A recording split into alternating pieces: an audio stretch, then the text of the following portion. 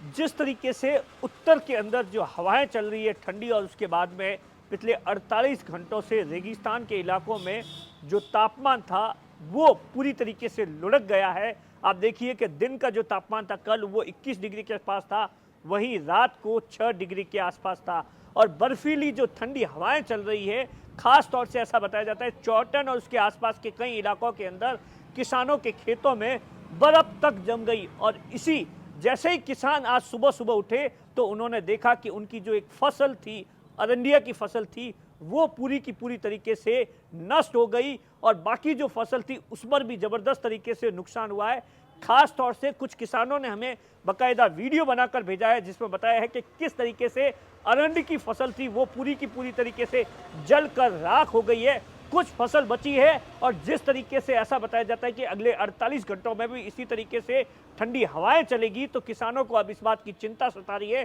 कि जो फसल चली गई वो तो कोई बात नहीं, लेकिन जो फसल बची है उसे कैसे बचाए। वहीं जो बाड़मेर जिले के सेव अभियान और उसके आसपास के इलाके हैं वहां पर भी हजारों की तादाद में जो किसान हैं उनके भी नुकसान होने की खबर है। अब किसान ये डिमांड कर रहे हैं कि जिस तरीके से अचानक ही ये जो ठंडी हवाएं चली है और उससे अरंडी की फसल जो नष्ट हो गई है उसकी भरपाई के लिए किसान सरकार से मांग कर रहे हैं। अब देखने वाली बात होगी कि अगले 48 घंटों में किस तरीके से मौसम का हाल रहता है और उसके बाद में किसानों पर की फसलों पर इसका कितना असर पड़ता है।